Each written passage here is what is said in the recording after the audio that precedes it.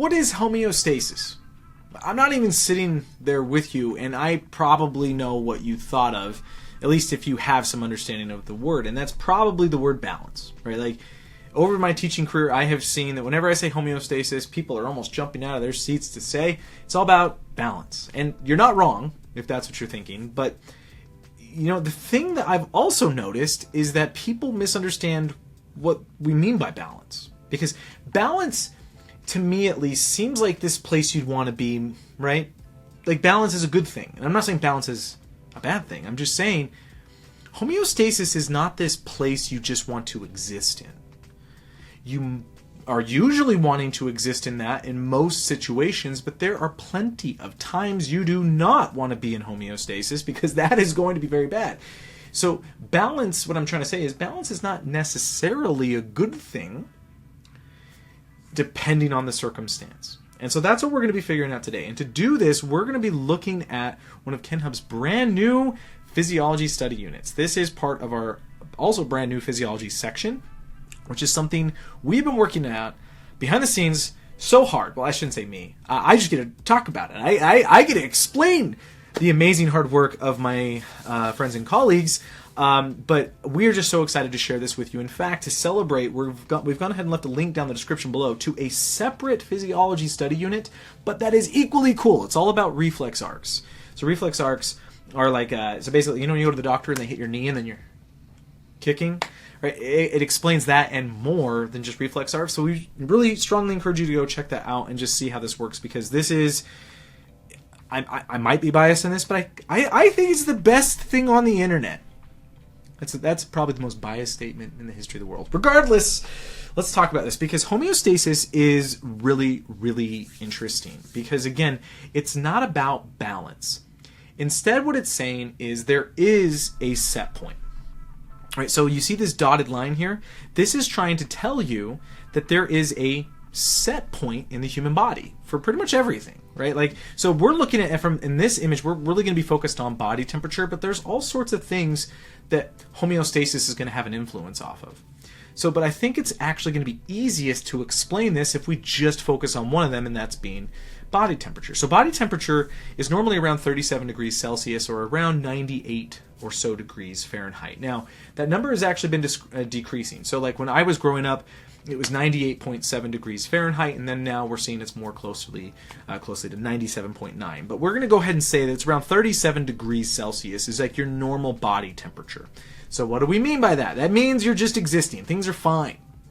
You know, like things are fine. You're not sick. You're not doing anything strenuous. Temperature's good. All of that. You're just fine. Everything's good, right? Your body is now operating at a normal level. Now, I do think it's important to understand the things that can actually impact your body temperature. So the easiest one I can give an example to is going to be an infection of some kind, right? If say like you have a viral infection like influenza, right? We all know when we get the flu that you're going to get a fever. And then the reason you're getting a fever is because your body is working overtime and it's using more chemical energy called ATP, adenosine triphosphate. And as it does that, the byproduct of that is heat, right? There's a heat exchange for things to happen in your body, right? For cells to do work, they utilize ATP and it gives off heat. And so the more work that your body is doing to fight an infection, then the higher your body temperature goes. My point here is the set point of 37 degrees is really just saying that is the normal operating temperature for just being awesome, for just being you, right? That is where you should be at. And so your body is more or less striving to keep it around that area.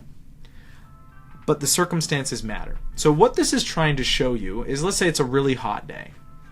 So if this is a really hot day, in fact, I can actually hit this little magnifying glass and then we can see these with a little bit greater detail. So let's say like if it's a really hot day, the temperature is rising, the sun is cooking you. How is your body going to respond? Well, obviously it's going to sweat.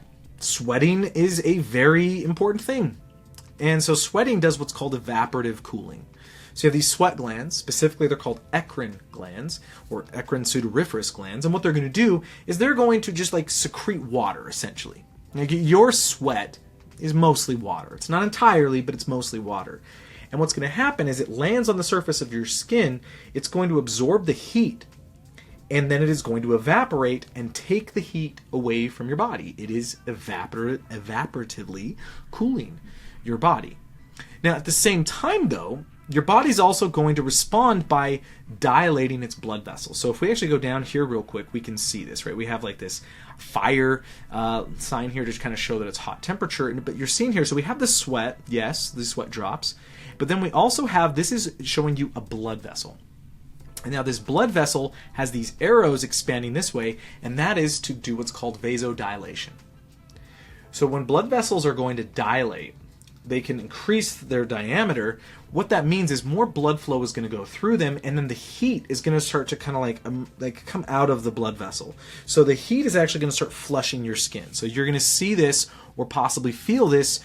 For me, I see it because I am extraordinarily Caucasian, and so it's easy with my skin tones to be able to see these types of things. But you're going to feel hot. Right, you literally feel hot. This is your body trying to get rid of the heat, so then the sweat can evaporatively cool you. Right? And what that's going to do is it's going to bring your body temperature back down because your body wants to get towards that balance. Now, the opposite is equally true. Right? So this is trying to show you, let's say it's cool. So let's go back up to here, and you can see that this individual is getting cold. Right? There's an AC, and they're sitting there. They don't have a coat. They don't have anything like that. And then what they're going to start doing is shivering. The reason why they're shivering, again, is we start to go away from this set point, this baseline, right? The muscle tissue is going to start to contract because that contraction is going to involve ATP. And again, ATP is where we're getting body heat. So when you shiver, that is actually your body's attempt to try and warm you up. At the same time, your body is going to start to vasoconstrict. The blood vessels are going to get smaller. Why are they getting smaller? Well, that is how you hold on to the heat, right? So it's like, whoop, and everything is just saying, hey, no, we're going to kind of keep everything as warm as we possibly can. Now, what's interesting also, over time, it's like the blood will start to go towards your core because your body is also understanding, like, it's not like your body wants to get rid of your limbs. It's just understanding that the limbs are not as important as the organs, your viscera. This is why people get frostbite and things of that nature. Is one of the reasons, is because the body is saying, look, I want it, but I want this thing more, and so I'm going to prioritize that. And so you're going to get shivering, you're going to get vasoconstriction, and what that's going to do is it's going to start to increase your body temperature, and again, bringing you back to here. And so as you're looking at this, you might be like, well, that sounds like a good thing, right? Like what I'm saying is, like, it sounds like the baseline, the set point is a good thing. It is a good thing. My point, though, here is it's also okay to go away from that. Because, look, I'm not saying just letting yourself cook in the sun is an ideal thing. However, let's say, like, it's not just running like that. Let's say you're running. Let's say you're exercising. It actually makes sense to increase your body temperature, right? It's not that it's a bad thing to go away from that set point baseline. It's just that obviously you don't want to exist there permanently, and your body is trying to help regulate this as much as it can, but there can be reasons that this can be good. I mean, like, cold treatments have been a very standard thing for a long time. If you've ever heard of, like, RICE, rest, ice, compression, elevation treatments, like, cold temperatures can be really good in certain circumstances. And so my point here is, I don't want you to think of this as necessarily being the only good thing. It's okay to deviate from these ranges as long as it's not too much. Because if we go back to the fever, right, we all know that eventually your brain will start to cook. Right, as you start to get to, like, okay, what about 38, 39, 40, the degrees, that's excessive, right? Or say like 102, 103, 104 degrees Fahrenheit. When you start to get to these really elevated body temperatures, you have a problem, because what's starting to happen is you're cooking. Your brain is starting to cook. That's the real worrisome part, right? We call that hyperthermia. At the same time, you have hypothermia. You can get way too cold, where no amount of shivering is going to save you. And so in those instances, that is very bad, right? So I'm not saying deviation is always good.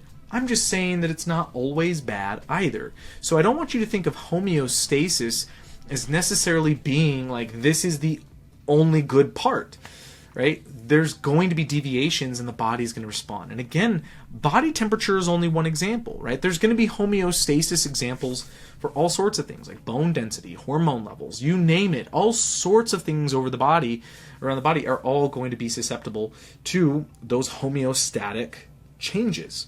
And that is a good thing. I hope you enjoyed today's video. Again, this is part of our brand new physiology section. This is a physiology study unit. This one is all about homeostasis and feedback loops. Really awesome. Again, though, we're going to put a link down in the description below to a separate but equally awesome, again, it's still very, very cool study unit on reflex arcs down in the description below. Strongly encourage you to check it out. When you're down there, go ahead and leave us a like, a comment. Those things go a long way, and we appreciate it very much. But anyways, thanks for hanging out with me, and I will see you in the next video.